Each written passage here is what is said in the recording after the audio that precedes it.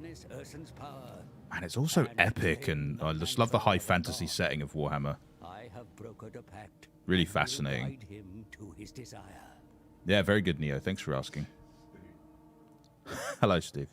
Advise me, as my brother once did. Take me to the Chaos Realm. Look at the size of us. Suffer his fate. Oh my goodness. Prince of demons. Hey, Yugesh, how's it going? Godslayer, the ruinous powers watch, waiting for you to make your mark on this world. The deeper the scar, the easier it will be to wrest Ursun's remnants. Mate, we are hench. First, establish a capital. This will alleviate the attrition from which you currently suffer. Okay. Your new fortress is all but complete. Claim and dedicate it to one of the Chaos Gods. Yet do not linger, for trespassers approach. Ooh, enemy armies. From Nurgle attempt to settle Looks like the 2 armies are there. untamable lands. And then an In a mistaken enemy belief, settlement as well. This will quell invasions from the north. Wipe out the gullible fools at their beachhead, the Bay of Blades. Beyblades. Then make the scalings pay for failing. Ooh, I to haven't heard of that one, protect Tehillim. that are the dominion of chaos That does sound cool. undivided. The Oh, wow, other there's actually quite a Northern lot tribes of should be enemy armies conquered around and us. subsumed into your burgeoning realm. And across the sea of claws lies even fatter prey.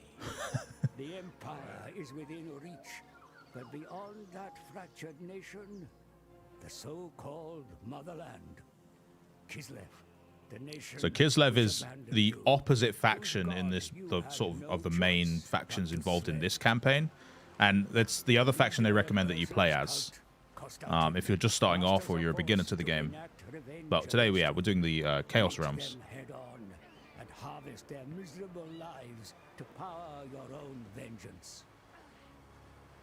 As you gather your forces, the Tome of Fates ponders a way to return to the chaos. There's on Evil Jeff. Your form remains malleable, so use this to your advantage. And wield the Legion of Chaos. I love him. A prince will become a king, and then a god. Oh man, they really know how to set up an epic story in this. Okay, so yeah, here's Evil Jeff. My first question is, do you think that he actually has to do ab crunches, or do you think he was just born that way? Because that is an absurd amount of muscle mass. Yeah, I think he was born that way. Okay, so how they play. The Legion of Chaos. So this is just a little description on what you need to do in order to win your campaign, I suppose, in Total Warhammer 3. So each faction kind of has a different way of potentially winning a game. And for us, we're basically trying to get into the Chaos Realms and dedicate ourselves as a champion or as an undivided champion of all. So we will basically have the opportunity to devote our sort of success towards the different Chaos Gods. Whether that's, well, we've got the 4 up here. So we've got the Undivided, which is when we want to spread it out with everybody. It's the Khorne, Nurgle, Slaanesh, or the Tzeentch. And because of that, we can actually draw from each of those factions in terms of our armies and recruitment. So you'll see in a bit that what this effectively means for the Legion of Chaos is that they're kind of like a hybrid faction that can draw from all 4 of those different races for their recruitment, which is really quite versatile, I suppose. So maybe in a multiplayer game, they'd be quite a cool faction to choose because you can sort of surprise your enemies. Does the game have achievements? Yes, it will launch with Xbox achievements when it drops into Game Pass on day 1. So that's pretty cool. So the Demons of Chaos will automatically wage war on any non-Chaos factions they encounter. So in terms of diplomacy, we won't have too much diplomacy to worry about. So for some newer players, that might be quite beneficial because you won't have to worry about striking diplomatic treaties with other people as often. Because pretty much anyone you see on the map, you're going to fight. So this is for someone who wants to get into learning how to battle as quickly as possible, because you're going to encounter a lot of fighting. So quite cool. Earn favor with the gods of chaos and then dedicate it to them. There we go. Intruders from the Empire dare to approach your fortress. All right, so we're going to have to fight Destroy them. Philip Pappenheimer. we've just got our first mission. Defeat an army belonging to the following faction, the Nordlands. And these guys, it's actually put a little indicator over the top of it, this green scroll, which tells us, yes, this would count as an army that could complete this mission if we wanted to fight them. So, and because of that, you can see at the bottom what our reward is, which is we'll get some Khorne glory and some Nurgle glory. And if we actually go into right here, you can see, if we get rid of that, Demon Prince. Where is it? Demonic glory. So this might look like a lot, but I promise you it's very simple. Think of this as like a battle pass for your demonic prince. The more glory you dedicate to each of these factions, you can see what the rewards will be. So if you were to dedicate all of your glory to the Chaos Gods of Khorne, you would unlock these units.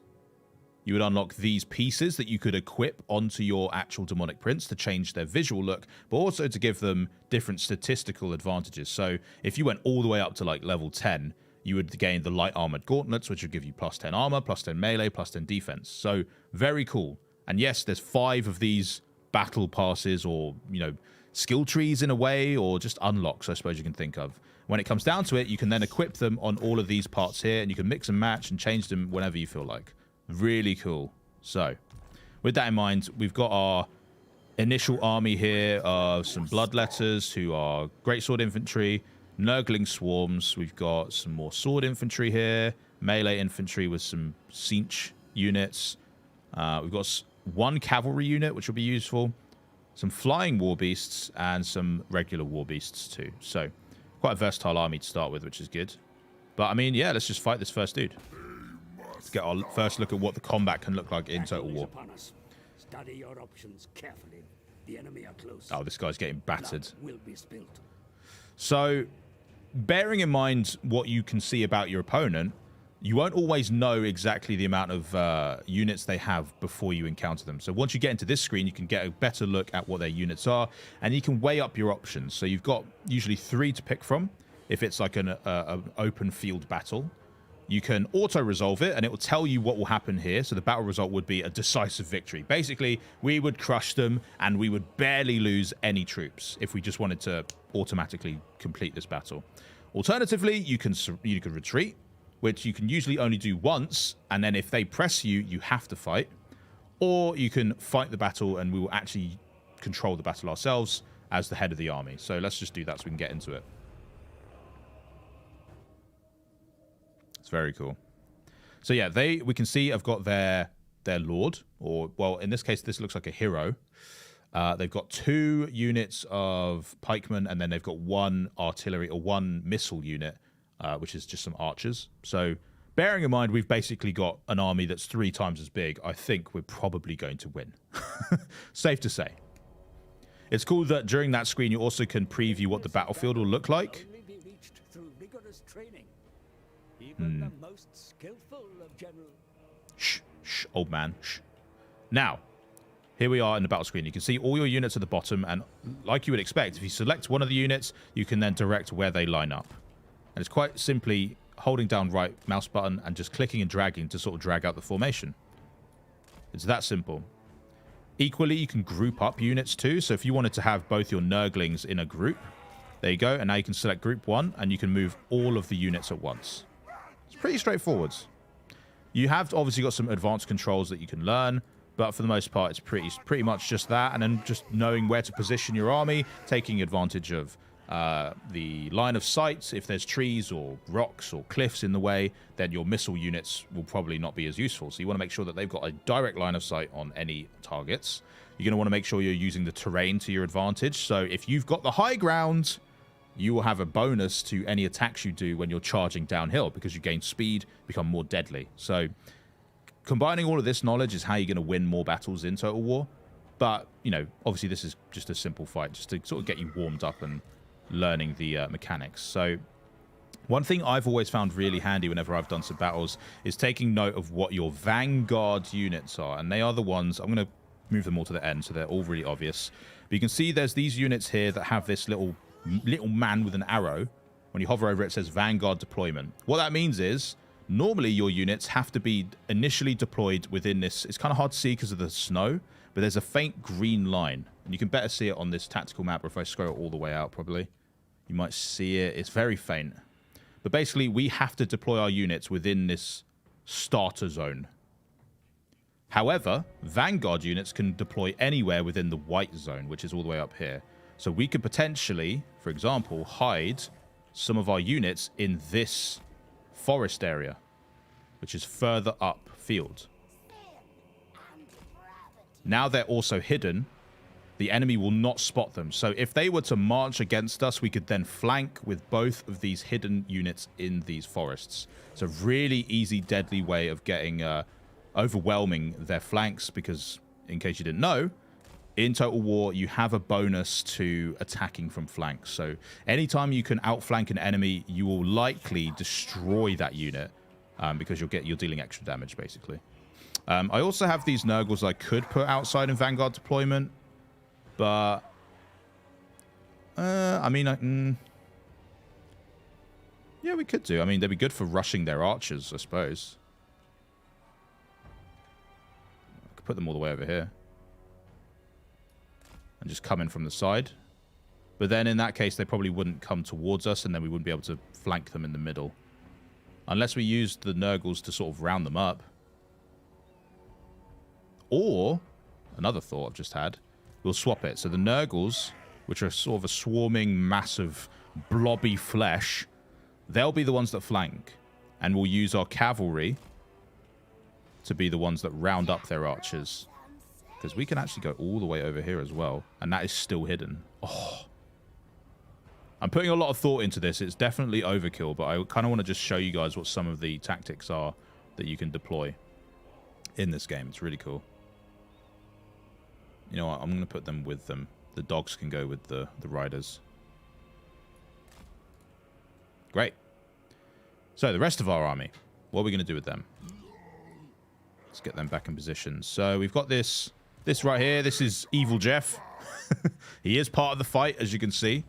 Looking strong. Yeah, having the high ground was proved in Star Wars countless times. Time and time again. And we are definitely using those tactics today.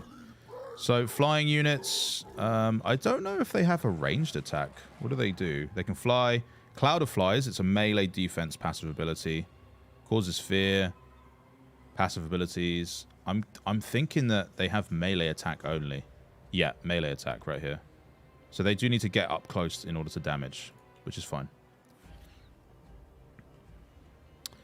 So melee, melee, melee. Do I have archers? No, I don't have any ranged ability, so we are going to have to sort of get up close and personal. In general, the rule of thought is that flying troops are usually quicker than ground troops, but, you know. With regards to the fact that we want to obviously attack their flanks, we equally want to protect our own. So we're going to make sure that we're not going to get outflanked by any of their units. So let's put these boys up front here. Thicker sort of box units there, which can pivot and protect that flank as necessary. And then we'll have two auxiliary wider units, which can hopefully help with that sort of enclosing of their troops. And then our demonic prince can just stay here. His leadership is that blue aura, which we'll talk about in just a little bit probably. And then we'll have the flying units behind him. All right, I think we're ready. Let's do this thing. It's so pretty. It's a very pretty game. Do you know what? I haven't actually gone and zoomed in too much yet on some of these other troops. So let's do that, because I don't think people realize how much detail this game goes into. There can be literally thousands of troops on screen at once, and this is how much detail it goes into. Look at them all. Look at them all. All animated, all looking amazing, high textures, like, so cool. Just the sound of it all is amazing as well. God, they look hungry too. All right, let's do this. I feel bad for these guys. They're about to have the worst time. But let's treat this group as... Let's group these guys up. And lock them. So that should lock their formation as well, I believe. So if I was to drag them out here. Grab group 1. Yep. See, I can now move that formation wherever I want, and it will stay exactly like that, which is perfect. And then the other two I'm going to control separately. The Nurgles... Wait, who are they with? They're on their own. They're on their own. It's the War Dogs. These guys I'm going to group because they're close to each other. There we go. All right, now I'm ready. Why are we on YouTube today? I mean, sometimes we like to do a little early access stream for some up-and-coming games that we love. So, yeah, that's why. All right, let's see if they can come towards us. I'm not going to move just yet. Going to wait for them to come to us. Once they've passed that threshold, I'm going to then round up these units to come out of hiding and attack their archers from behind. Like that. There we go. They're staying in a good formation, these guys. They're trying to protect their own flanks. We'll see if their spearmen come towards us.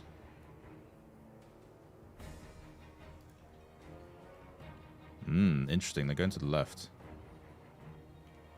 So let's sort of move over here. Let's move everybody else left. Ascended champion of chaos. Your flying units afford you great flexibility. Here we go. Scout and harass So they're they maneuver. completely distracted now, their missile units. So we're actually just going to keep just running around and making them miss, basically.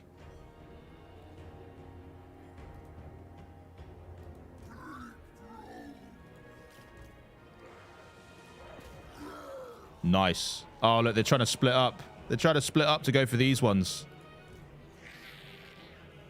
Beautiful. They don't know what to do. Meanwhile, their hero is actually trying to get involved with our cavalry.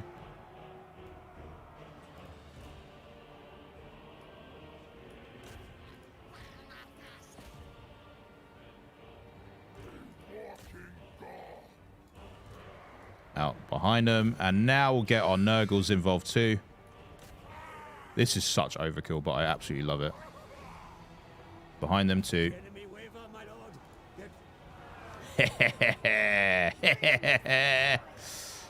This is great. And you know what? Let's get our Demonic Prince. Let's get him out of that group and let's have him one-on-one with their hero. This is going to be great. Off you go, buddy.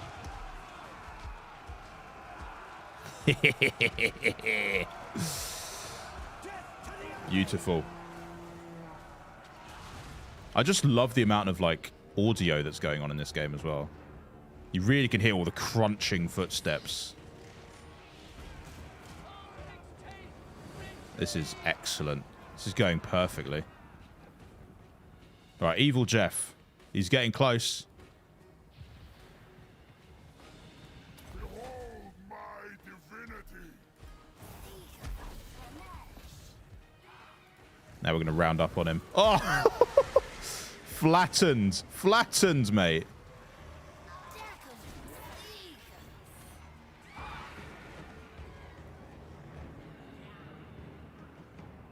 Right, let's go and attack their archers again. Evil Jeff can just take on their hero one-on-one, I think. He's got this covered. Evil Jeffy.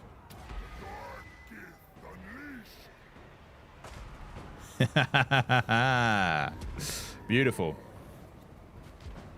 So, let's say if you lost a battle in the game, how would you acquire more units? Well, you know, there's every possibility that that could happen today, so it's quite simple. We'll get to recruitment in just a sec, but it's very straightforward. Hey, Virav, welcome to the stream. How you doing?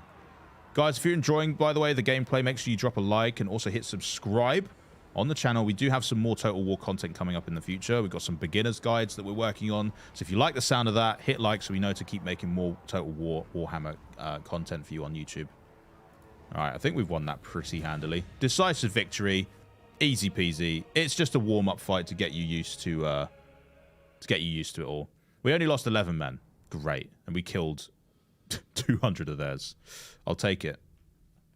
Now, we'll have the post post-battle scene or post-battle menu in just a sec, which was basically where we decide as the Legion of Chaos what we want to do with the captives that we just basically claimed. Is yours, my lord. So yeah, post-battle What options. about Here we go. the fate of those captured in battle?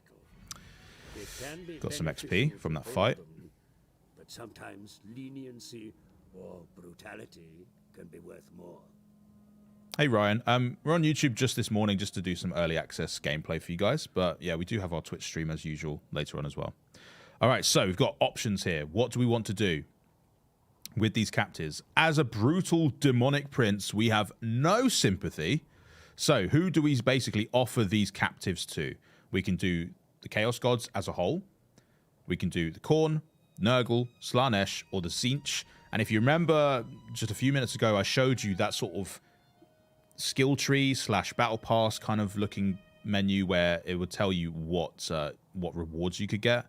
And based off of that is how you should make your decisions. So I think I'm going to go for the Khorne because I kind of feel like they're primarily focused on a lot of melee damage. And I think the makeup of our army right now is purely melee, if we're being honest. So let's go with some Khorne Glory.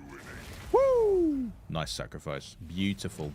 And we also just completed that first mission. So we got some extra Khorne Glory and Nurgle Glory for doing so. The Chaos Gods Beautiful. labor to give you a mighty fortress from which you can begin your reign of terror over this world.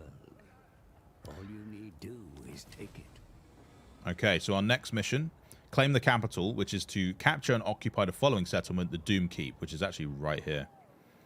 In doing so, we'd unlock some Slaanesh and Undivided Glory. Great. So, someone was asking about recruitment. So, here's how it works. Clicking on your legendary lord, your lords, will give you this breakdown of what their army currently looks like. By clicking the Recruit Units button at the bottom, sometimes there'll be other options, but in general, it will say that. And when you have a settlement, that's when you can actually do recruitment. But because we're currently in foreign territory, because we have no claim to any land, we cannot recruit. But once we take the Doom Keep, that will all change. So, Doom Keep. Who do we want to dedicate this to?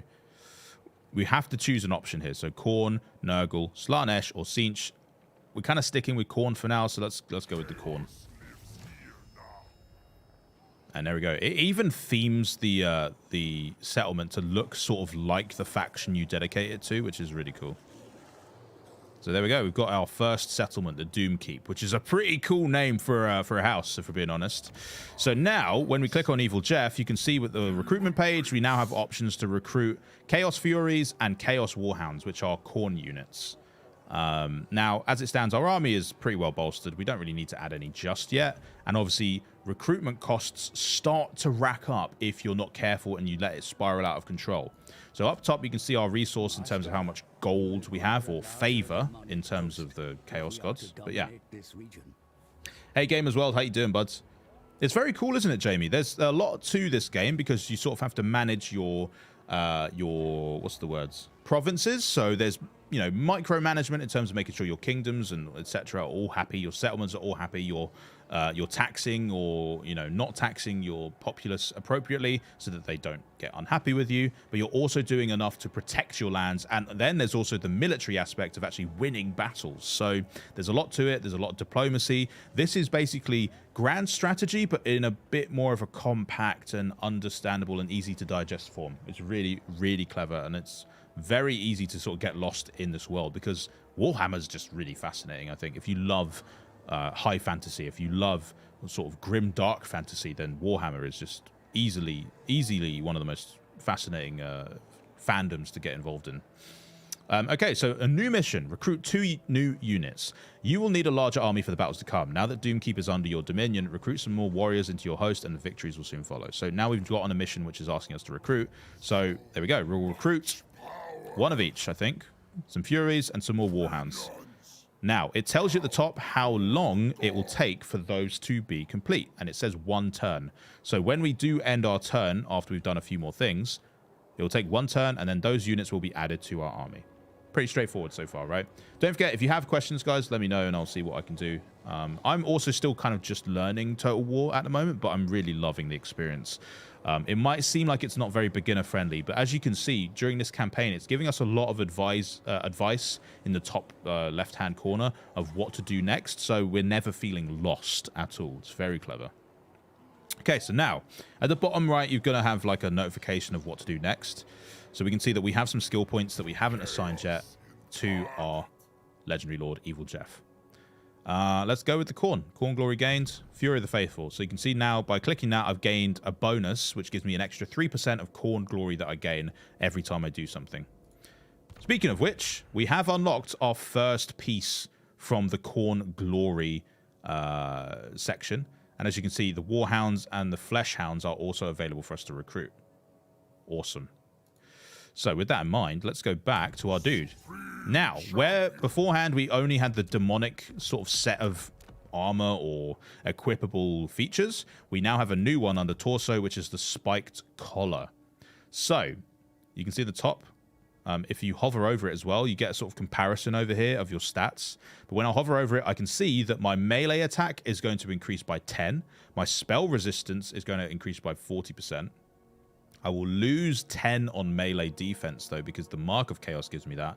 But I do gain two pretty cool things. One, an ability called Burning Rage, which if you hover over that, tells you it's an explosion type ability. You can use it 3 times, and it does 25 damage in a 15-meter radius, and the cooldown is 90 seconds. So it does give you a lot of information. But we also gain this passive ability, which is damage resistance up by 20%. So even though we lose this melee defense, we are gaining this passive ability, which is always active. So Spiked Collar is actually a really good shout early on if you just want to protect Evil Jeff, basically. So, done. Evil Jeff's looking a bit more evil now as well, because not only does this have, you know, the bonuses of what it specifies on the Spiked Collar, but it actually affects his visual look, which is really cool. So he's actually got all these like flamey veins kind of emanating from his neck now, which is pretty sick. That is really cool and really evil as well looking. So he's definitely becoming one with the Evil Jeff name. Okay, so recruitment's happening. We have a building upgrade available on the next notification, and that's because the Doom Keep, which is our new home, has an empty spot for building in. So this might look sort of familiar if you are familiar with games like Age of Empires or Civilization, where you actually can upgrade the settlements you own. Now, a little tip from me. Some of the other, you know, settlements and locations in a province, which this whole thing down here is a province, the province of the Icetooth Mountains. If you own, think of it like Monopoly. If you own all of these, you get a bonus to your income. So it's quite literally like Monopoly. If you own all the red spaces on the Monopoly board, you get double rent. Think of it that way. So we have the Doom Keep. We do not have the Bay of Blades. We do not have the Longship Graveyard, and we do not have the Ice Drake Fjord, but we can see who does own them, and basically whose head do we need to chop off to take them.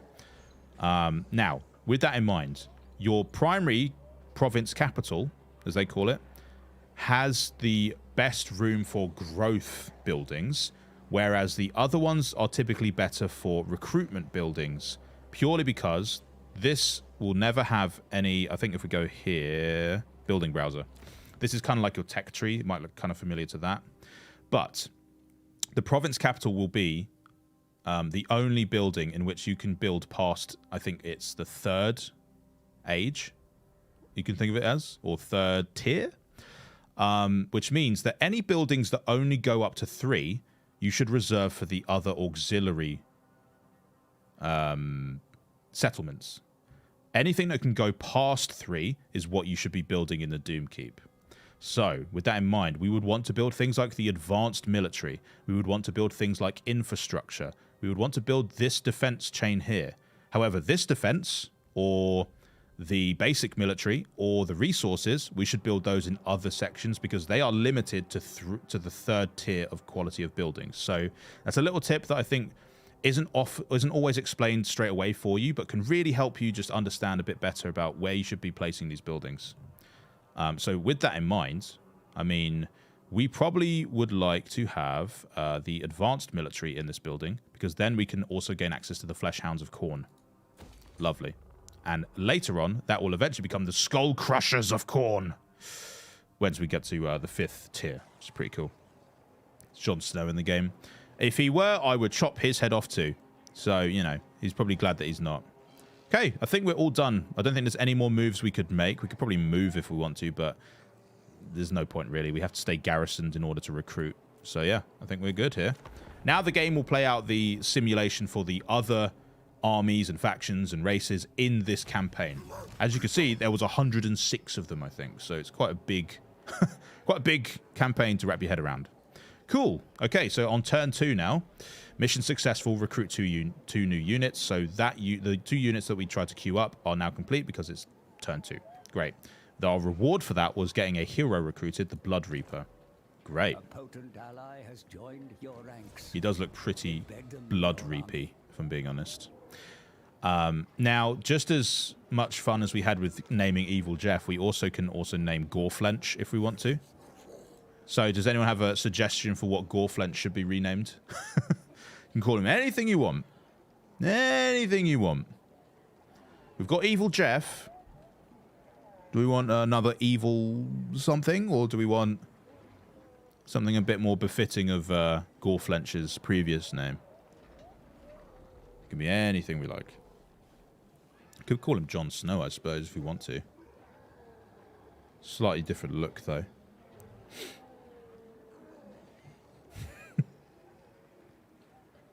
It is such a big game, you're right, Michael. Endless hours of gameplay. I mean, endless hours of gameplay purely because, okay, I've talked about there's 2 factions that you could pick from, but there's actually 8 factions in total that you could use for this campaign.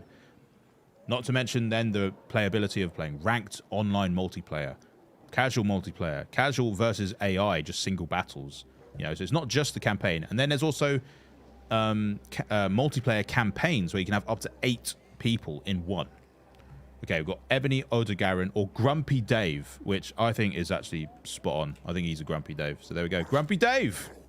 Evil Jeff and Grumpy Dave. So, our mission is to embed Grumpy Dave into Evil Jeff's army, which is normally quite straightforward. So, Grumpy Dave.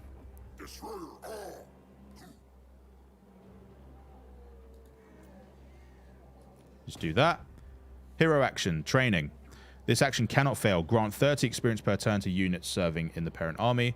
So, great. Basically, what that means is, if we embed Grumpy Dave into Evil Jeff's army, that means that he will have that effect on the army. And boom, he also becomes a usable unit in battles. Very cool. Cool, done. Mission success. So we gain some glory for that as a reward.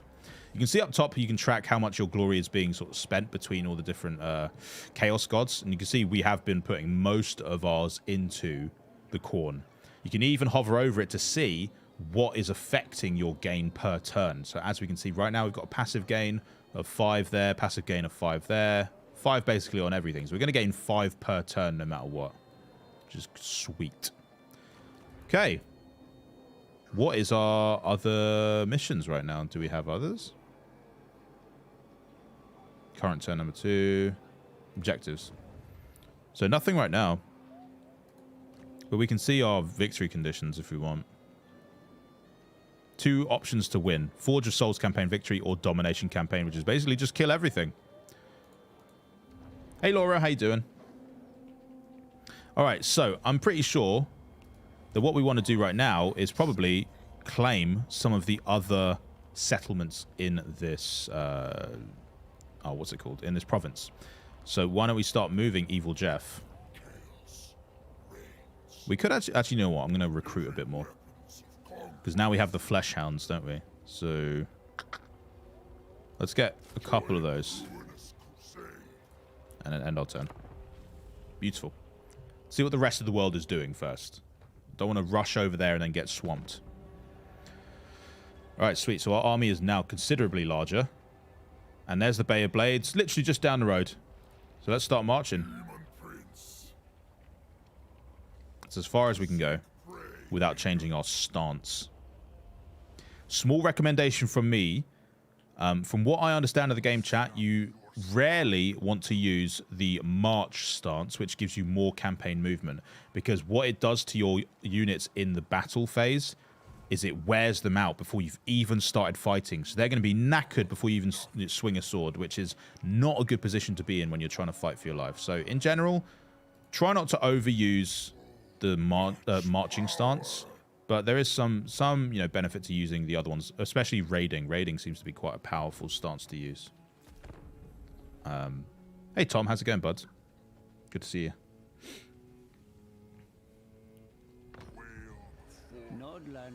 There are some human factions for sure. I mean, the Kislev is largely made of humans. Okay, new mission. Purge the Bay. Capture and occupy the following settlement, the Bay of Blades. So, again, this is going to be another fight. Ooh, we'll get a big reward for this. 200 for Corn Glory. Excellent. Now, we are within range to march on it and attack it. Oh, this is going to be good. Okay. Has been reached, and your warriors are prepared for battle, mighty lord. Study your options, nevertheless. Encircling the enemy and starving them out may be the wisest course of action. Okay, so the advisor just there has told us that we now have a fourth option. So remember that fight we had in the open play, in open fields? There was only 3 options there. It's either to auto-resolve, fight them, or retreat. Now we have a fourth option because we are attacking a settlement, and that is to encircle them, which basically starts what you could call a siege. And in doing so, it would tell you that you have 10 turns left until they're wiped out from attrition, which basically every turn they would lose some of their troops because they're quite literally being starved out. So yeah, I mean, we could encircle them just for at least a couple of turns to see whether or not they're going to send reinforcements to help them, or whether they're just going to let us starve out the Bay of Blades, in which case we won't even have to risk attacking them. We can just sit here and wait it out. So let's complete the turn.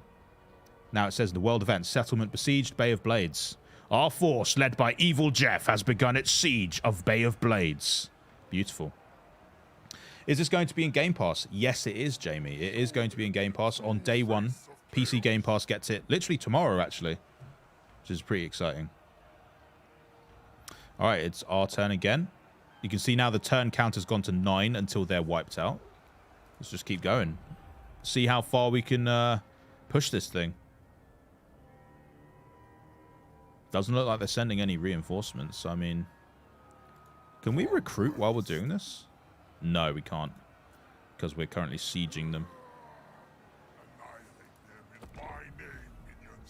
The amount of detail this game has is wonderful. Oh, 100%. So much depth in the fights and the battles, but so much depth as well just in the overworld and the map and the diplomacy and all the different races and maintaining your relationships with everybody. It's just really fascinating. Okay, mission issued. Equip a demonic gift. Okay, demon princes differ from other demonic creatures as they were once mortal. A soul still withers within them. Ah, that's a bit of lore that I didn't know about. Okay, so it wants us to equip a gift. Do we have any new gifts? We do, actually. So yeah, as I was saying, this is like your battle pass, you could think of it as. And I can see that we have unlocked some new legs. Great. Lovely. So currently we have the demon legs equipped, but we could put on the desirable light greaves, which you can see gives us plus 10 armor, plus 4 speed, which is quite good. Minus 1 melee attack, which is it's not too bad. But a minus 7 to our charge bonus, which, if I'm being honest, isn't a big deal because, I mean, this guy, unless he's riding a horse, I don't think you really can get much from the charge bonus. So, you know what? Let's do it. Oh, and it looks good too. I mean, whew, it's like gladiator sandals in a way. Great. So there we go. Mission accomplished. Thank you very much. Your standing grows within the pantheon of chaos, and the ruinous power. Show them the true face. Oh, I gained some more stuff too. Oh, look. We gained a tail, a new tail, some wings. And what's this? Khorne's Offering 1. The following effects will apply automatically once you attain it. We basically gain Khorne corruption to all other provinces and some more leadership when fighting against Slaanesh. Ooh, so eventually we might have to take them on. Alright, so the wings, we got Wings of Pestilence, which looks like it's a Nurgle. Ooh, it's pretty gross. And the Armored Sentient Tail, which is Khorne. Whoa. Whoa. That's pretty sick. Look how different he looks already. We've only just equipped 4 different things, and he already looks completely different to how he started. All right, we're still sieging this place. They've got 6 more turns now until they starve. Oh, someone's just showed up. Raid the lands of the enemy, mighty lord. Send your warriors out to slaughter the peasants. And Who's burn this their guy? villages. Hexus. Let the enemy fear you. I don't know you, bro. Who are you? What faction are you with? Beyond your comprehension. Should we take him on? I mean, he's got a tiny army. We could do. Or we could just finish up the Bay of Blades. And then we can take it as a settlement, sit there for a bit, and then attack him. Couple of options. I might just auto-resolve this one just so we can focus on the next dude pretty quickly. Wow, that was... We absolutely rinsed them. Love it. At last, the defenses have fallen, my lord. The fate of those is yours to determine. Let's go corn again. Let's make this entire province corn. Okay, Evil Jeff. Good job. Can we fight this guy still? Same turn? Next turn. My engine of conquest. Alright, got some more skill points to distribute. Oh, this is for Grumpy Dave. So you remember that guy that we just equipped? He also has his own kind of skill tree. So it does start, once you have more and more armies, it does start becoming quite a lot of micromanagement of each of the like heroes and lords in your armies, but it really pays to pay attention to this stuff because it can drastically alter the makeup of your army. So I think I'd recommend first up doing like these top abilities just to gain access to some of the more potent abilities that they can have. Okay, then we're done. Maintain control of the following provinces either by direct ownership or through vassals or military allies. So, where do you want us to take? The Icetooth Mountains. Okay, so we want to now, eventually, we now need to take the Longship Graveyard, which is right here, and the Ice Drake, right here, and the Ice Drake Fjords, which is right here, so a little bit more to the west. But we do kind of have to worry about Hexus for now, because he's raiding our lands, which is super annoying. How big is the map? Is this just one of many different places? Yeah, I can zoom out on my next turn and show you guys if you want. It's a very big map, though. Love that you can make him dress all fancy-like. Well, he's got to look good while he's, you know, lopping heads off and conjuring up chaos gods. My lord. Okay, first bit of diplomacy. A change in your mutual relations.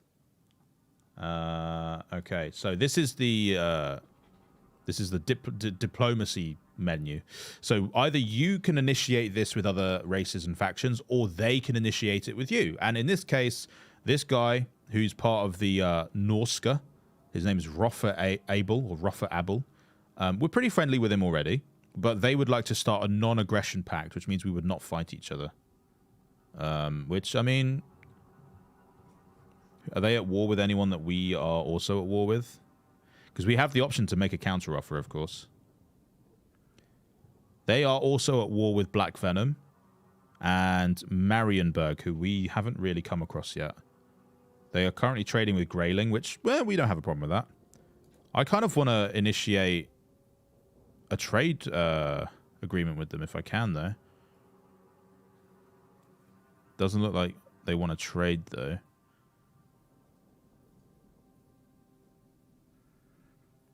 Okay. I'm going to demand a bit of money off them as well, just to sweeten the deal for me. Great. Okay, so we're basically best friends now.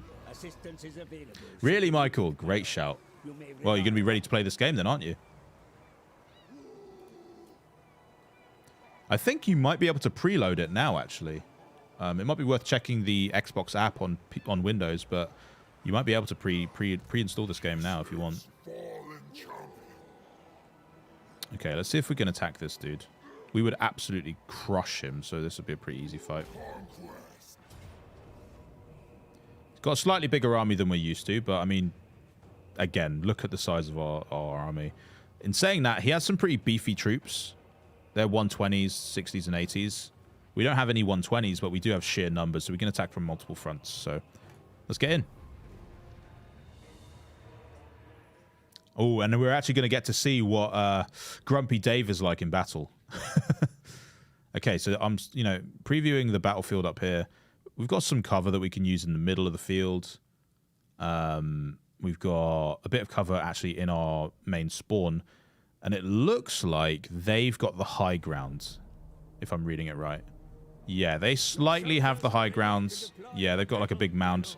So they may well stay up on that. Might be worth us putting a lot of Vanguard troops in and around these middle forests in that case. Or even just hiding the bulk of our army in this bit and just sort of coming out for a surprise attack. I don't know. A few options here. The other option we could do is actually we could just wait it out and try and see if they come to us. And we wait on this hill here. Big slope, and we can maybe trap them in this little middle bit there, I guess. Quite a few options. Oh, there's also a hill here. This is a very interesting looking battlefield. Very cool. I mean, guys, we are going to go through quite a lot of those sort of tips in our beginner's guide, which we're planning to release pretty soon on our YouTube channel. So make sure that you're subscribed and you like this video and that video as well when they come out. If you'd like to see more Total War Warhammer content, whether it's tips, tricks, little deep dives into factions, or the beginner's guide that we've got coming up, or even more live streams, just let us know. Hit like on the video. Let's get some love and support on it so that we know if you want to see more of this kind of content, or just more content from PC Game Pass in general, or if you'd like to see us do even more early access gameplay, because I know you guys love seeing sneak peeks at new games that aren't out yet. So if you'd like to see more of that kind of stuff, let us know by hitting like on this video and hitting subscribe, and obviously keep that notification bell turned on as well. All right, so what are we dealing with? We've got Axemen. We've got some cavalry. They're missile cavalry, so we do want to get rid of that as quickly as we can because they are quite annoying. 2 of those kind of units and some war beasts. So, I would say we'd be best pressed to send our war beasts in to harass their missile cavalry, keep their arrows off of our main army. Meanwhile, our own cavalry can come in and just keep sort of pressing their axes while we sort of advance or march on them. It's going to all depend on whether or not they actually come down the hill, I suppose, or if they stay where they are. So we'll see. I'm not too sure about that Mysterioso. I think the best option for you, though, would be download it, because obviously it's included in Game Pass. It doesn't cost you any money. And then just sort of tweak the settings, see what works for you, whether changing the resolution or changing some of the graphical settings. There's quite a few presets that you can go through. This is it on Ultra, and it is actually really smooth for us. We're obviously playing with some pretty decent, spec'd PCs. I mean, we've got RTX 3070s, I think, in this PC that I'm playing on right now. So it's quite a great graphics card that we've got from Lenovo Legion. But yeah, your mileage will vary depending on your own specs, of course. But the good thing is you have lots of different options to play with. To tweak it to your liking. Right, I think we should put... we should put the dogs in the middle, I think. No, dogs on this little... So what we got? We got 2 war hounds, and then we've got flesh hounds. The flesh hounds are very fast. These guys will deal the most damage. So I think we should send the war hounds in as sort of an annoying kind of troop. We'll group them up.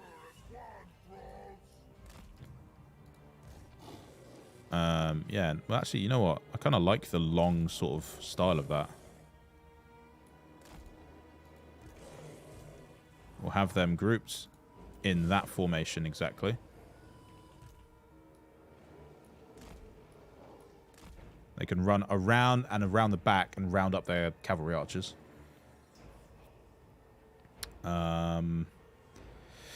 See, now that we've got a bigger army, there's a lot more to manage here. We've got our Nurglings, which were quite fun to play with last time in that previous battle. We sort of brought them in a bit late. I suppose the other option is we could try and position our army here. And then we can have this entire tree line for... Oh, no, it's outside the field. Damn, I was going to hope to use that. That would have been really cool. Okay, well... What could we do? We do There's Evil Jeff. Flesh Hounds. I mean, we should group these guys up too. Stand together, my minions.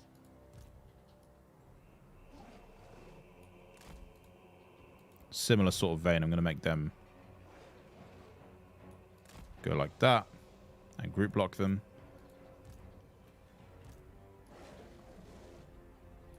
Let's have them over there. Well, actually, I'm going to have them here. They could be like a second rallying beast unit if needs be. I can't anticipate us losing this fight, but I just want to make sure that it goes well, because we're still an early game and I don't want to have any hiccups, you know? Alright, let's start arranging the bulk of our army, I suppose. So let's get all of these guys over here, and let's take a look at what we got. Such a big army now, isn't it? Look at it. Looks great. So you can actually drag and like click on everything, and you can arrange things in a missile front or a melee front, and they'll automatically organize it for you, which is quite cool. In general, I think a melee front is best because your melee units will protect your missile units at the back, but, you know, it's really up to you how you decide to do that.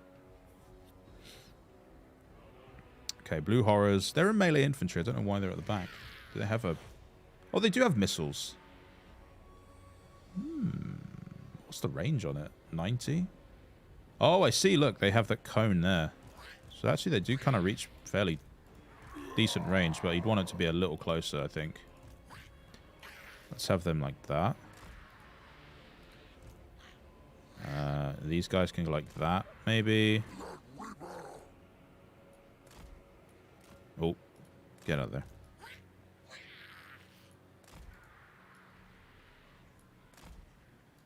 And the pink ones can go in the middle. It's basically a little cone that we've built there that's just protected on all sides. These are cavalry, so let's get them out of the group. We'll have them separate. They are flying units, keep them separate. More flying units, have them separate.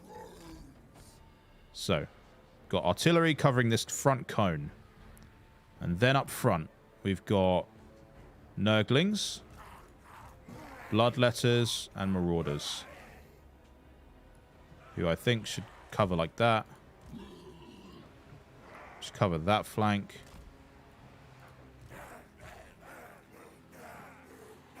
Nice. It's looking like quite the hench unit here. Look, it's just all-encompassing, this front semicircle. Now what I think I'll do is I'll set these guys to be on guard mode. So they will hold position. They will not pursue. Basically, they're just going to stay there and protect the flank. Or protect the front of these missile units. Speaking of which, let's make them on off of skirmish mode.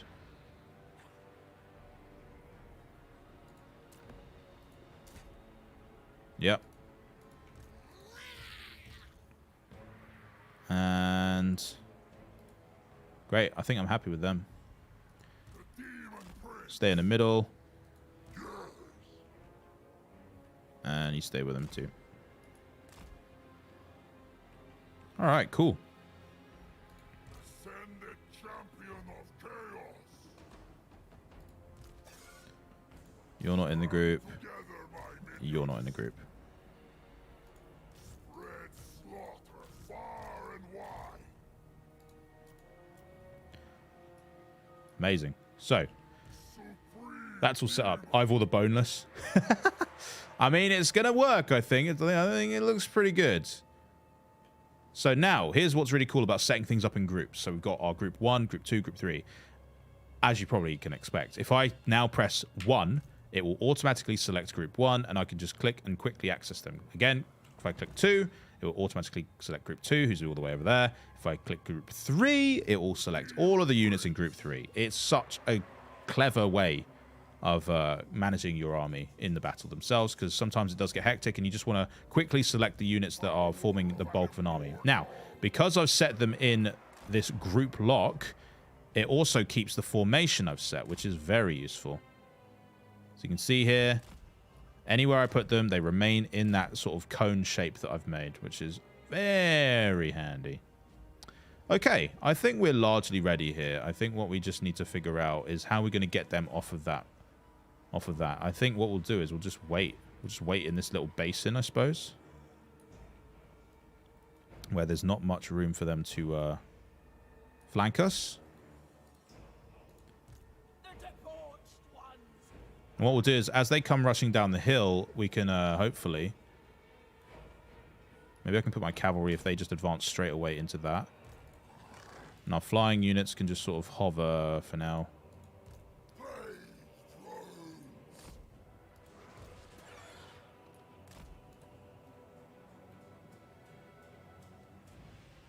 Unless, what, the melee units are turned around? Oh, yeah, you're right. Wow, well spotted. Yep, they are looking the complete wrong way. That would have been bad. Okay, let's get them out of group lock then. Hang on. So these dudes. There we go. That's better. Thank you. Man, that would have been really bad. We need to also fix these guys. Ooh, what have I got? I didn't want to select you. There we go. And you. Perfect. In fact, I'm going to make him go a little bit longer. Now we can group lock them. All right, so they're facing the right way. They're facing the right way. Everybody's happy. Everybody's looking the right way. Awesome. Yeah, easy group selection is great. Imagine they ran away, running the wrong way. Or even just start attacking my own men. Okay, so group 3 is ready. Here's what I'm thinking, chat. Let me know if you think this is a dumb idea. So, we have got the cavalry. They will advance into the forest straight away.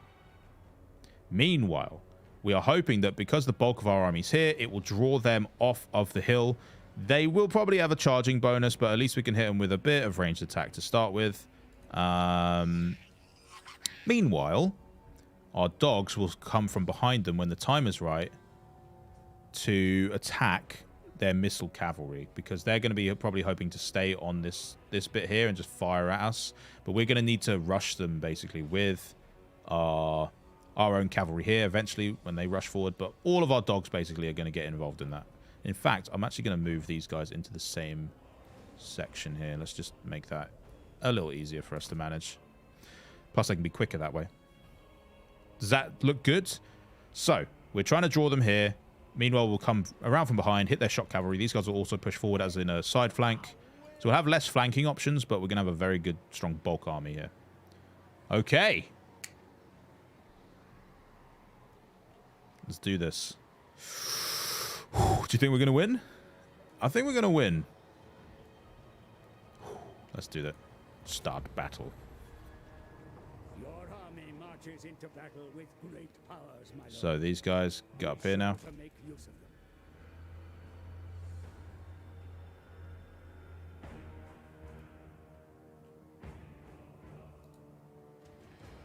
They're not hidden. No, they are hidden now. They're not moving. Oh, God. Oh, no. Guys, I need you to like the stream. Give me some hope here. Make sure you like the stream if you're enjoying it. They're not moving. What are we going to do, bro? They're casting spells on us, though. All right, we're going to have to march. We're going to have to march.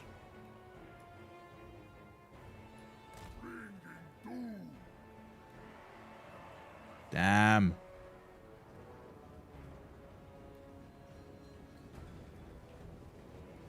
They moving? You may use the hills, valleys. Dude, they do not want to press.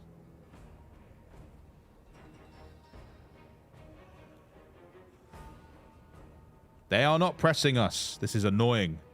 They know they've got the high ground and they don't want to relinquish it.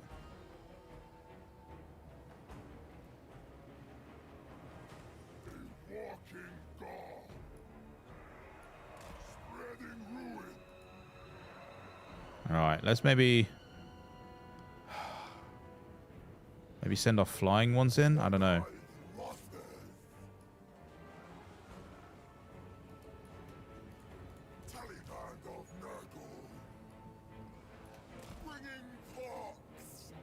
They're not even pivoting.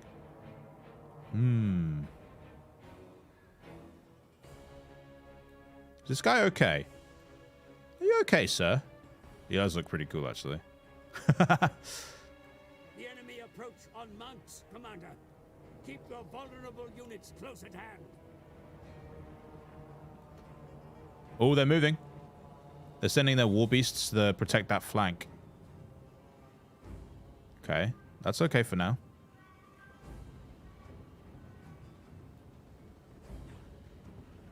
I will conquer. Demon Prince moving. Oh, man.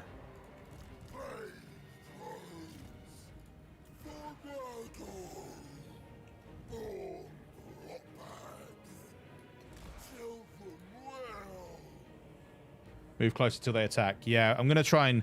Basically, I'm trying to match their height at the moment. So they'll probably still have a slight charging bonus. But the good thing about this, actually, is that they are completely turned around now to be flanked from these cavalry and our war beasts. So... The forest may be used to conceal your movements, Commander. Close with the enemy under cover of the trees to retain the element of surprise. There's a chance here that this might actually work out even better for us.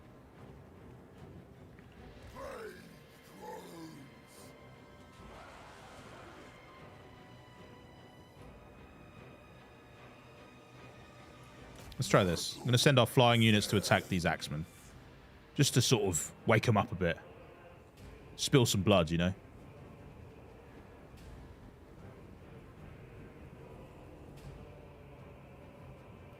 What is going on here, though, with these... Are they casting spells on us? I don't think they have spells, so no. It is tense, I know. I'm wondering, like, well, have they got something up their sleeve? What's going on?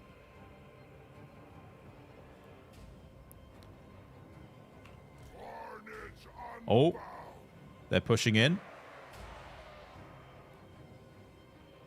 They are pushing in, or pushing up at least.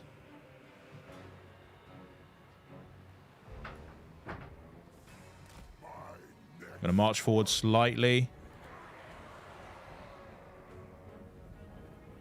Look how many there are. Your troops come under fire, Commander. Have them find cover or eliminate the... Oh, look. They have started attacking the war beasts, or the flying beasts. So let's send in 1 and 2 to come from behind and hit their archers, I suppose. 2, you can go for these guys.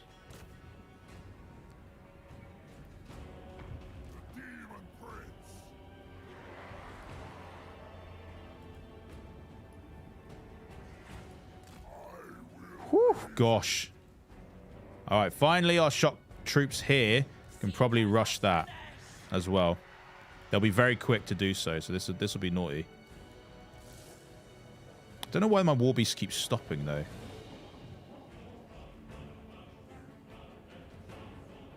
Oh, look, what are they doing? Are they trying to go on our flank? Okay, in that case, I want my... I don't know, what are they doing? The enemy attack your flank, Commander. Drive them off.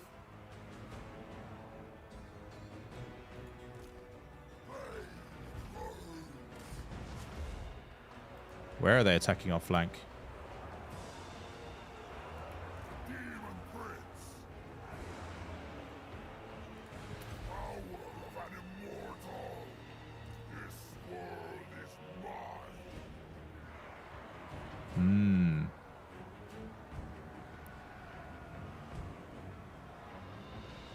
Let's push up.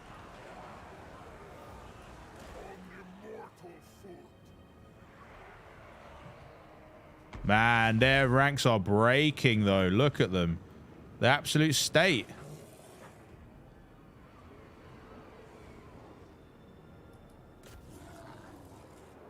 Send those ones off there.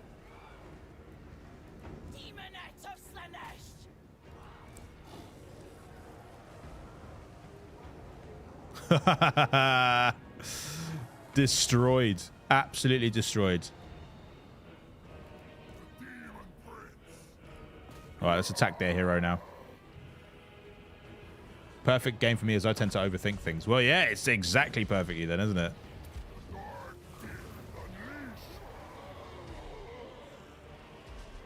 Kill him. Oh. Mate, what do you do in this situation? There's a giant 20-foot demon raining down hell on you. Just run, bro. Just run. Oh my god, this is amazing. So cool. And yeah, look, we're still keeping our formation. We're not letting them come to us. And a sorry spectacle it is too. His army will surely. Ow. Armies get battered. Easy.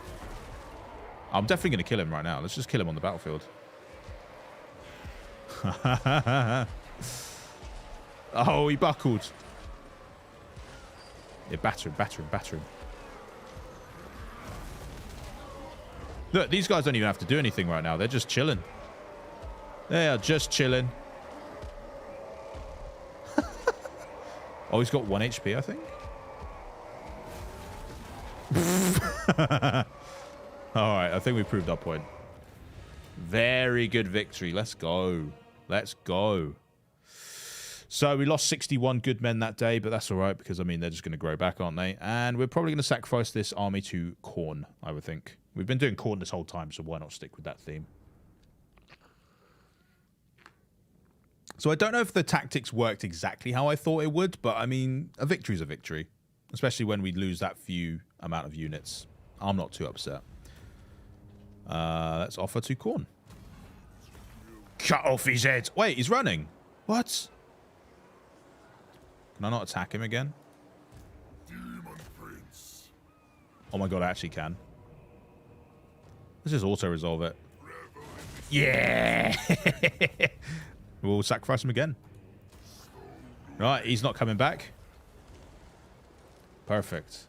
Guys, don't forget, if you're liking the stream and you're enjoying the gameplay and the early access look at this Total War Warhammer 3 upcoming title, drop a like, hit subscribe as well. It really means a lot to us and helps out our content.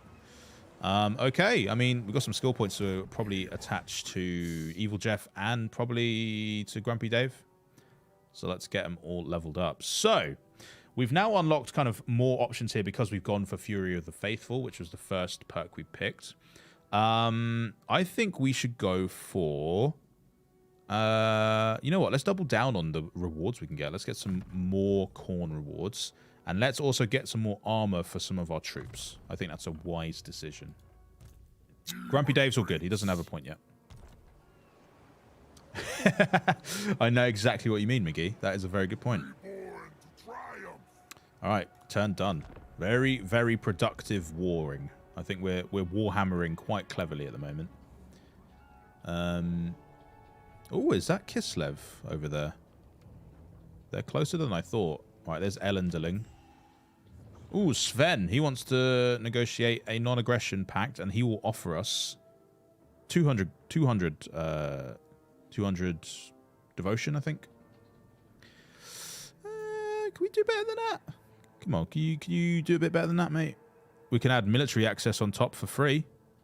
I think that would be a wise choice, because then it would mean we can go through his lands without sort of causing any diplomatic issues, which sounds clever to me. So let's do this.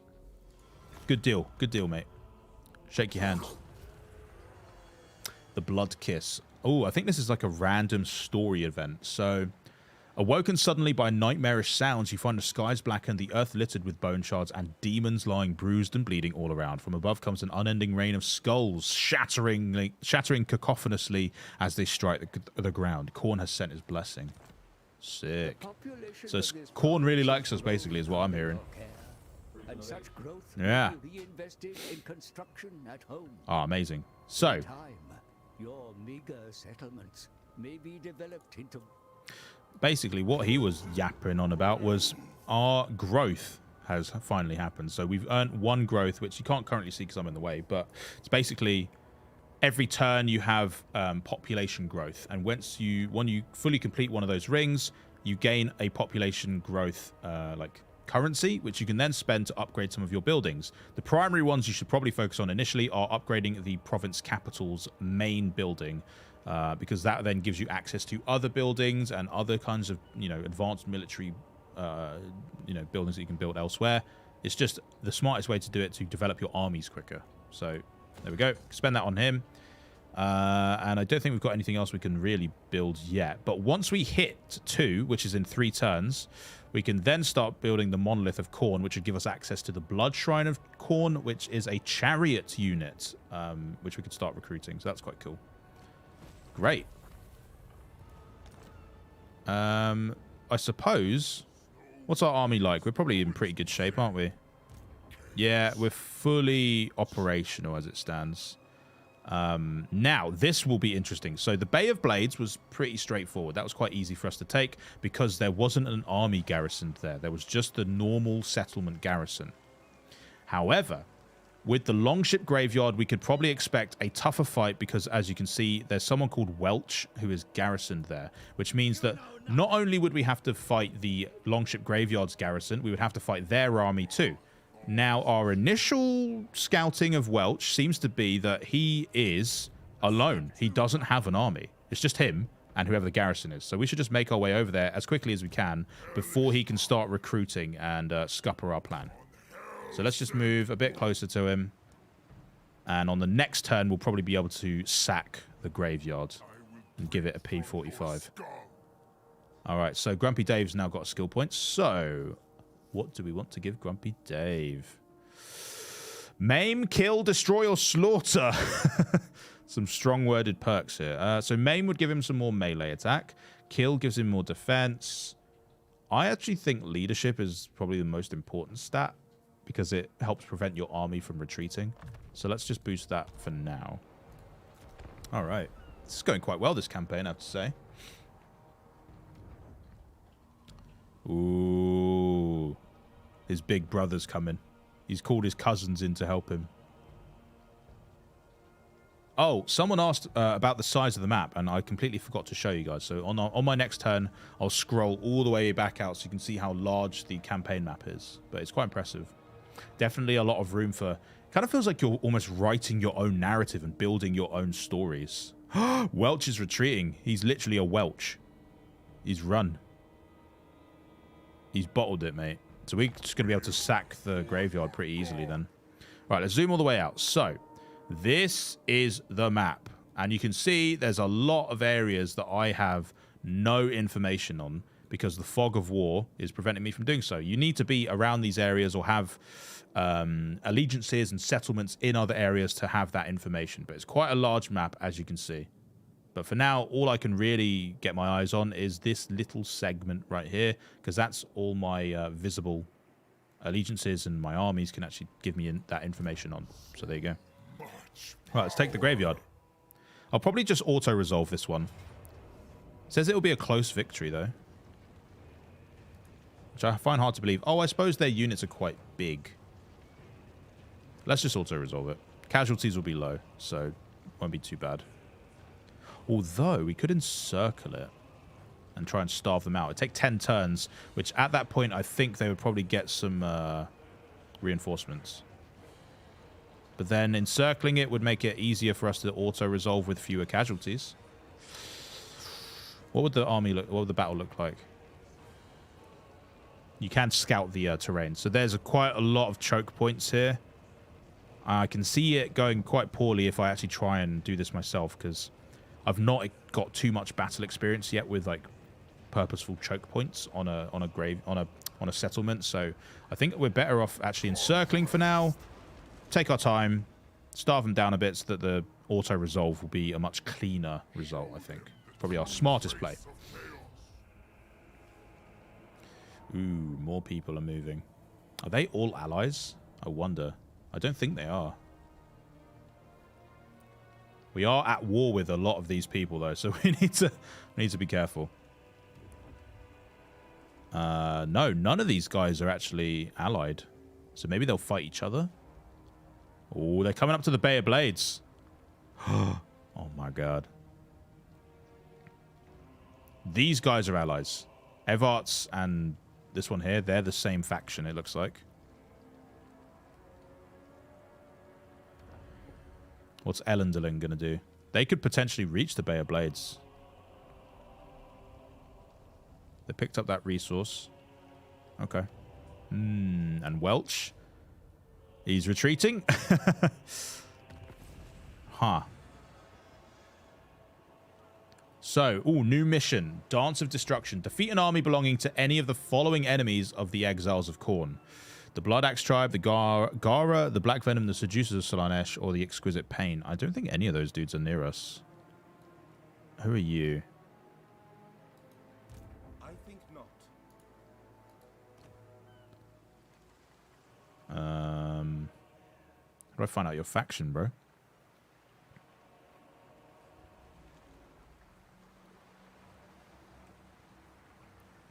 Not too sure. And these guys. I will not obey. Nordland, the Empire. Oh, okay. Not possible. Wood Elves, Lorelorn is their... So they're Wood Elf race, but Lorelorn is their faction. These guys, Nordland, the Empire. These guys, Kislev. So they are our main enemy right now, I think. I don't know. I feel like maybe we should retreat and go back to the Bay of Blades to try and protect it. Alternatively, we could recruit a new Lord and have them sit at the Bay of Blades and just sort of protect it. I think that might be a good shout.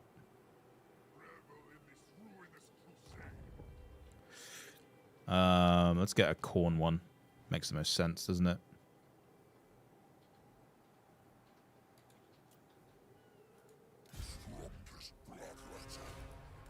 Alright, let's start recruiting for him. Army has marched all it can, my lord. They must.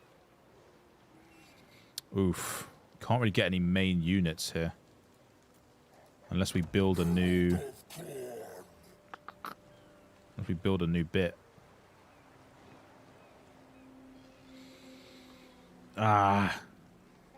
This army is going to be a bit of an odd makeup, but I don't know, we'll see what happens. Just Furies and Warhounds. Far from home, my lord. Yet such flexibility. Unless they... I don't know. Let's recruit someone else at the Doomkeep, too. Oh, you can only do one per turn. Oh, man. We're in a bit of trouble here, actually. Okay, well, let's just start recruiting. Is what it is.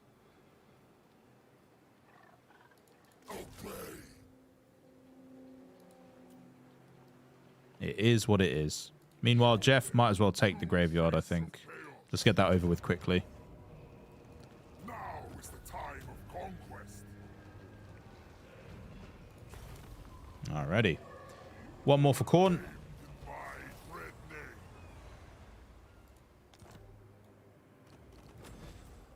And let's see if we've unlocked... Oh, we've unlocked loads of new bits. Ooh. Very nice. So, new head. Ooh. That looks sick. He's got like a little goatee going or a little soul patch. New body. Passive ability, foreboding, ignition. Does give you a lot of armor. Fire resistance. I don't think we come across many fire units. Let's get the Khorne wings. Whoa, those look sick. Very nice. Gauntlets. Oh, wow. I love it. And I think there's even a set bonus you can get. Yeah, so if we were to equip the heavy armored gauntlets on both our left and right, and then also wear the cloven greaves, we would then get a set bonus, which would give us all the following green text at the bottom there, which is pretty sick. So we have the cloven hooves. We don't have the cloven greaves, though. But I suppose in time we'll unlock those.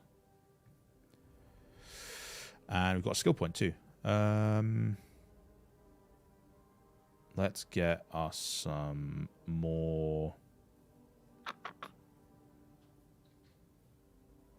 armor for our troops. Fresh tool of conquest. Well, say hi back to them, please, Sahil. Nice to meet you. Okay, Jeff, can you make your way back to the Bay of Blades, maybe?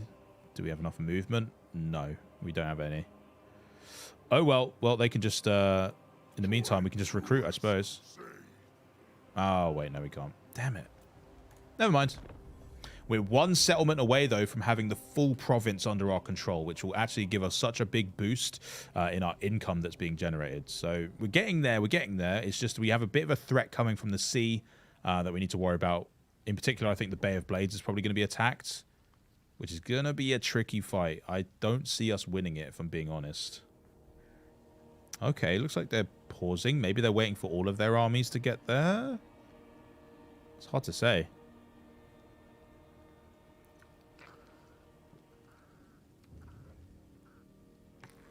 Bertie Schneider? It seems like such a normal name for this game. When we've got people like, you know, Evil Dave. Ooh. She's not attacking. How bizarre.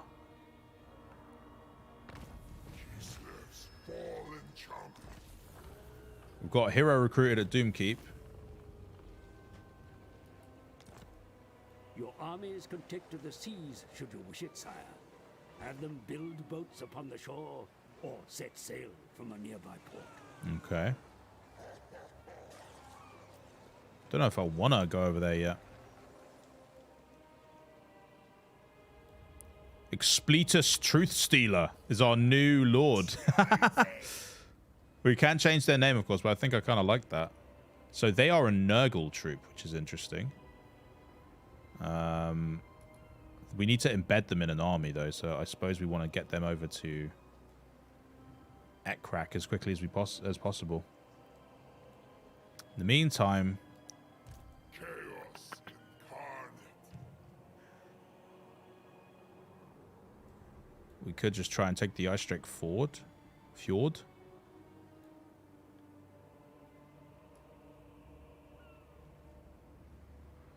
Let's do that. Let's just get the settlements all under control, and then we'll worry about this invasion.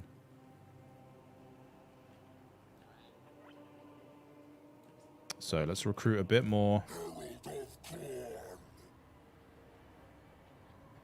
Let's get some Furies, some flying troops would be good. These names are great. I know, it's so cool, the ones that they just auto-generate. A bit more leadership would be helpful. Thank you. Hero not moved. I guess he should make his way over. Oh, he can nearly get there in one turn. That's awesome. So next turn he can embed into Ekrak's army.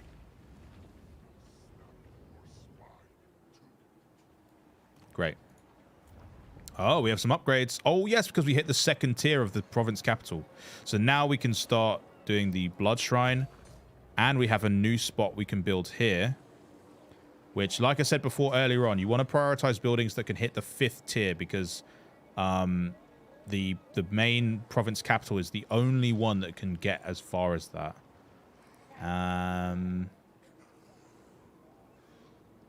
Ooh, I ideally wanted to get some more military ones. But, I mean... it's not really looking that good for us here.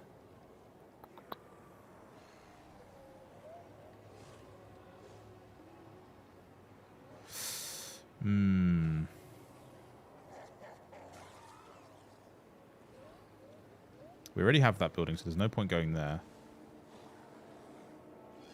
Do we have one of these? Chaos Warriors? Bloodletters? Monolith of Khorne. I don't think we do, actually. Okay, so let's build this. Although it only goes up to 3. Nah, that would be a waste. Ah, it's a tough decision. Provides garrison Nurglings. Oh, okay. Well, this would help improve the defenses, at least, of this place. So that's, yeah, not a bad shout. We have loads of cash to spare as well, so not too fussed about spending quite a lot on this turn. It would be great if we could upgrade these other units, but we don't have enough growth points right now to do so, so we're kind of stuck with the Bay of Blades, the Longship Graveyard, and the Fjord as they are. Okay, let's see if we get attacked. I'm kind of expecting that the Bay of Blades is going to get destroyed on this turn, to be honest. But let's see what happens. Don't forget, if you're enjoying the video, guys, do leave a like, hit subscribe as well. Really helps out our content. And it lets us know if you want us to make some more Total War content in the future, too. So, yeah, give us some support if you want more of that. Oh, is he going to attack? No? What are they doing? Adalbert Witzenheimer. Such a strong name. And then there's Carl. And Bertie. Are they allies? Once I achieve true godhood. Ooh, this guy wants to negotiate some more, does he? He wants military access, and he's willing to offer us 200 gold for it. I want a defensive alliance as well, mate.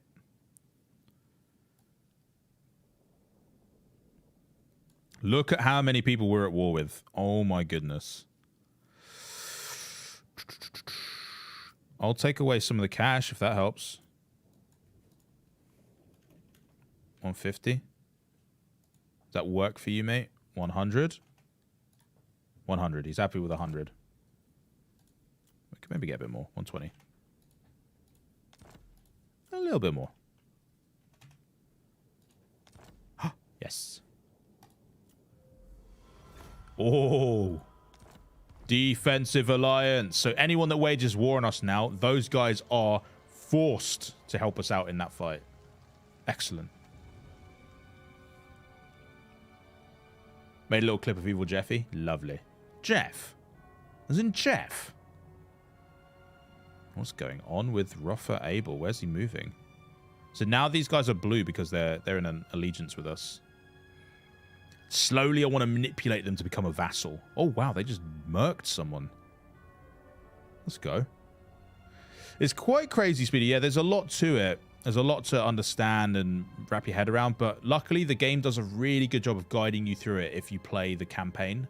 And it helps explain a lot of stuff. So just pay attention to everything you're reading. And you'll start to understand it better. What is going on here, though, is what I want to know. Like, why are these two dudes here? Are they allies? Are they in an allegiance? It's the... Let's see if we can find out. So it's the Laurelorn and the Nordland. So I think if we go to diplomacy, we can maybe, like, peep them a bit.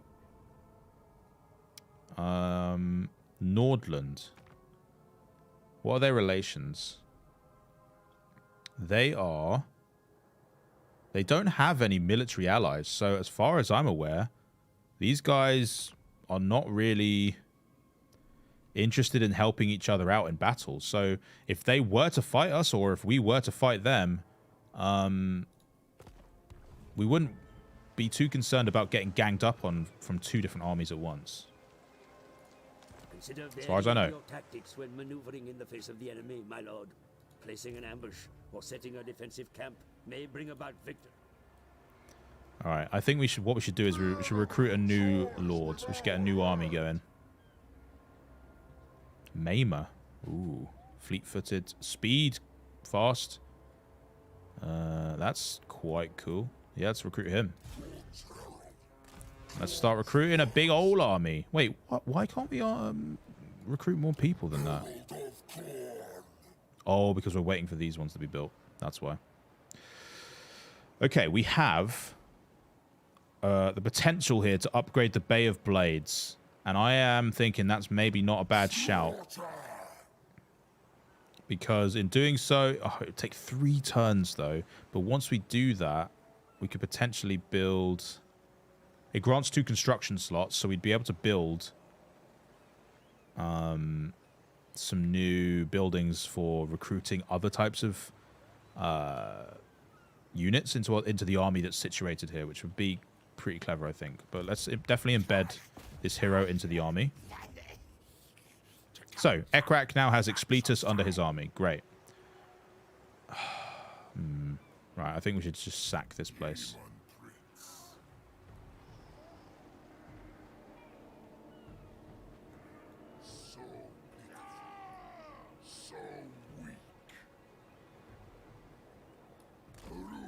Oh man, we're not close enough. We can't do it on this turn. That's kind of annoying.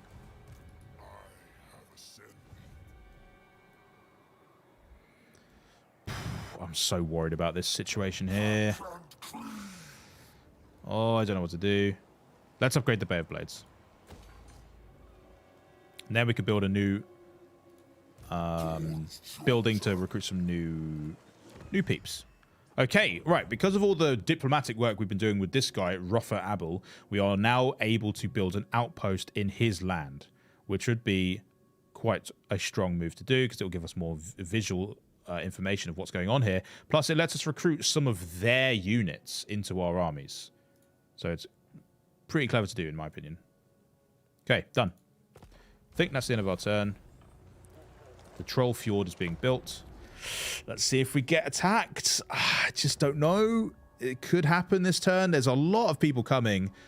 The main issue here is if Adalbert Witzenheimer attacks, because if he does, they could call upon 2 armies to lay siege to our settlement, which would be pretty... we would lose that fight. There's no chance of winning it. There's too much, even for our mighty army. Kruglug the Crusher. Love that name. Oh, we've gained some new demonic gifts, actually. It might be worth checking those out. So about 9 different... 10 different factions have actually completely folded and been destroyed. Looks like. They're backing off. How bizarre. They're fighting them. Oh, interesting. So they're going to be slightly weakened off the back of that fight. Maybe there's a chance. I'm actually quite shocked. Wasn't expecting that.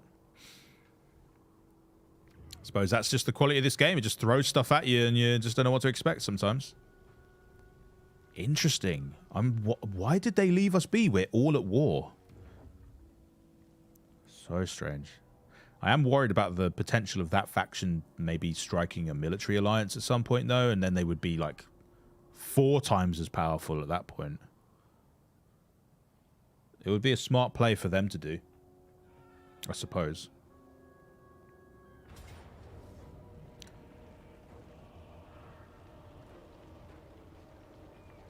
Yo! Sven! Sven wants to fight. Yo! Our boy Sven has been laying siege to this garrison. That's why I wasn't able to attack it. But now I can actually help him. Okay, we have to see this. So we're going to come in as reinforcements because we're not the primary fighting army. But that's interesting. Okay, so this is going to be our first sort of settlement battle that we're going to be showing off on the stream. Lots of choke points, so we're going to need to be quite clever with our units, attacking on multiple fronts to try and split them up, I suppose. And yeah, just see what we can do with it, I suppose. But it looks like we're going to be spawning from over here. Usually takes about 2 minutes for a reinforcement army to come in. Forces are ready to storm the defenses, yet I advise Oh, here they are. caution. Oh, Face wow. an entrenched enemy that has had time to prepare. Where do we want to come in from, I suppose? There looks like they're attacking from, I want to say, 2 fronts. So we could come in as a 3rd front from this side, maybe? Would probably be the best course of action. Where can we spawn in? Not here. Wait, can we go there? This is cool, isn't it? It's kind of interesting to be the backup dancers for once. Right, if we were to come from here, it'd take us 5 minutes and 40 seconds to spawn in. Which we could do, and we just speed up time, I suppose.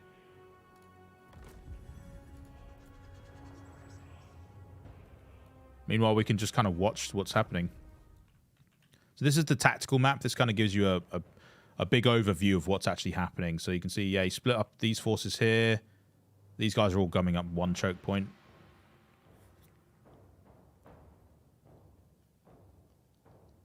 And you can see there's these supply locations, which are really important for you to actually capture and hold if you actually want to overthrow. Ooh, look. So there's a big bulk around the main key building. So we're going to need to do our bit to whittle them down as best as we can. How long have we got left? 2.5 minutes. All right. Oh, look at this. They're getting battered, though. We might not even need to show up. Oh, my goodness. The problem I now see, though, is that after this, Sven is going to control this outpost, which is a bit of a problem because I actually need it from him. So we might need to betray an ally in order to take it. Either that or I force him to be a vassal, or I ask him to give me the settlement. I don't know. All right, here we go. We're about to arrive. 40 seconds. They're doing very well. They've split up so many of their troops. Some of them are retreating. Like, literally, they're done with this fight. All right, let's go back to real time. Here we go. 3, 2, 1. Oh, this is such a cool moment when they start just coming in out of nowhere. Yes! Yes! Look at our troops. Should we just send them all in up this path? Yeah, go up there. We'll just come into this main battle, I suppose. There's not really much left to do. Look, we've basically won already. We just need the key building. Let's just go into the key building and occupy it, I suppose. Well, that's that. GG. We didn't have to do anything, but I'm glad we were there to just help. No losses. That's what we love to see. Great. Okay, but yeah, I don't know what's going to happen after this, though. Are we going to get control of this settlement? Are we going to have to wrestle it from Jeff? I mean, might not be the worst thing, because Sven's army is now slightly bruised. The problem is, though, they do have a bigger army than us, even considering the fact they lost 200 men. Much to ponder here. This is a difficult decision.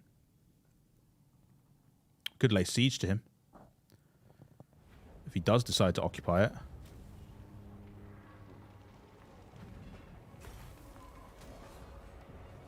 Oh, I don't think we got to keep it. We got to sacrifice the men, but I don't think we got to take the settlement. This is a problem. Then again, maybe his opinion of us will improve simply because we got involved in that fight. Maybe he'll like us a bit and consider just becoming our vassal and giving it to us. Our relationship surely has improved. A plot undone. Oh, another story moment. So, Ekrak drags a beaten demon before you, having caught the fiend conspiring to overthrow us. Coolly, you cleave the traitor's chest open. Okay, so I didn't have a choice in that. As it gasps at last, you ponder how to best use its demonic essence. Do we want to eat his heart, or do we want to reward Ekrak? I think we want to reward Ekrak, to be honest. It's always useful having more leadership on your units. My lord, the enemy raid your This lands guy and needs to slaughter die. your Honestly, we need to kill him. Take up arms against them. Make them pay dearly for their Ah, transgressions. Sven, I need that. How do I take it from him? Sven, let's have a chat about this, mate. I'm going to need that, all right? I'm going to need it. Don't make me do this to you. Let's see if we can chat with Sven. Where is it? Where are you? Where are you? Greylings. Enter then. Trade settlement. I need the Ice Drake Fjord. Oh, he really doesn't like that. How much can I pay you? I have a lot of money.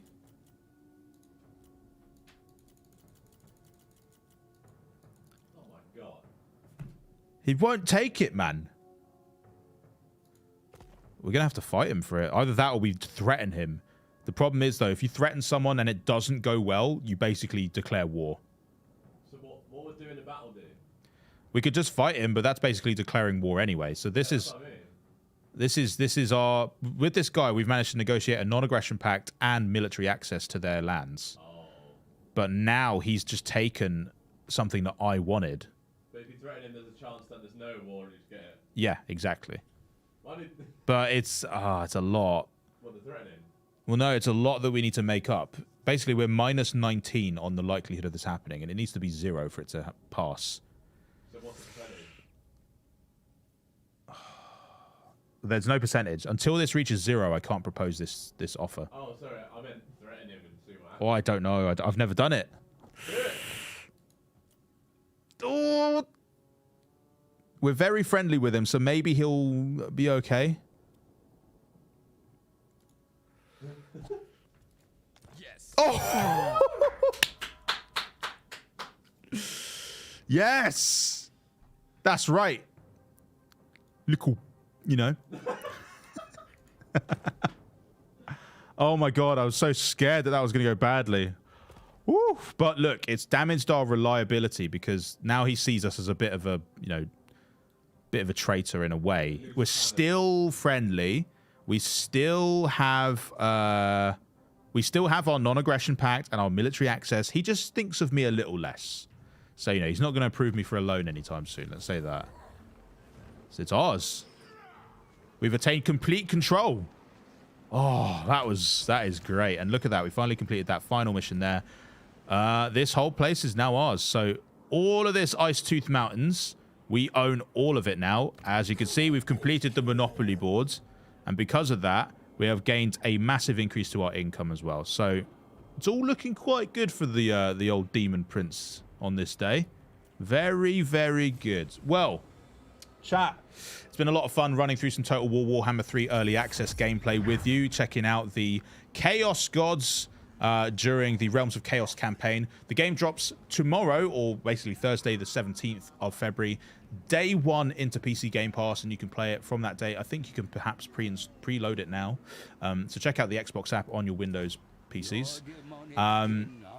I'm looking forward to playing more of this game. Really excited for it. We've got more content coming up as well. We've got a beginner's guide, so if you're still maybe a bit not too sure how to play the game, look out for that coming up very soon.